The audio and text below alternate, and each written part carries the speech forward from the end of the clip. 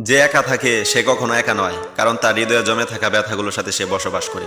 অবশ্যই আমার চরিত্রের দিকে আঙুল তুলুন, কিন্তু শর্ত শুধু একটাই, সেই আঙুল যেন দাগহীন হয়। সেই অভিযোগগুলো অনেক ভিতর পর্যন্ত পুড়িয়ে দেয়, যেগুলো কখনো বলা হয়ে ওঠে না। সময়ের জন্য অপেক্ষা করুন এবং একসময় জীবনের সেরা উত্তরটি পেয়ে যাবেন। যেদিন মনের দিক থেকে তুমি হেরে যেতে শুরু করবে, সেদিন শুধু একটা কথা মনে করবে, তুমি আরম্ভ কেন করেছিলে। যে মানুষের মধ্যে যোগ্যতা যত কম, তার হিংসা তত বেশি। তোমার থেকেও আমি অনেক বেশি দুঃখে থাকি, তার থেকেও বেশি মুখে হাসি সর্বদা ফুটিয়ে রাখি। কিছু মানুষ আছে যারা মনে করে তার চারপাশের সব মানুষগুলোই তার মনের মতো।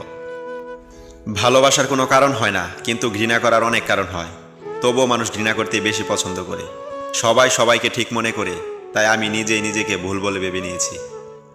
যখন কোনো আপনজন বিশ্বাসঘাতকতা করে, তখন জঙ্গলের হিংস্র বাঘ ও কুকুরের কাছে হেরে যায়। ধৈর্য কখনো দুর্বলতা নয়, এটি এমন একটি শক্তি যা সবার মধ্যে থাকে না।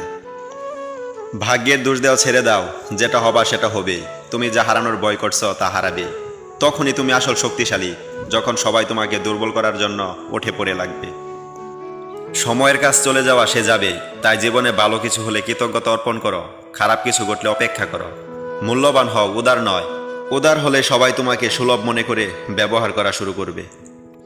কারোর জন্য রাত্রি জেগে লাভ নেই। যে তোমাকে ছেড়ে এগিয়ে যেতে চায়, তার পিছনে ছুটে কাজ নেই।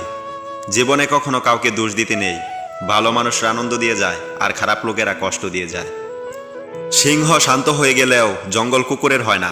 আজকের আনন্দ নিন, কারণ গতকাল চলে গেছে এবং আগামীকাল নাও আসতে পারে।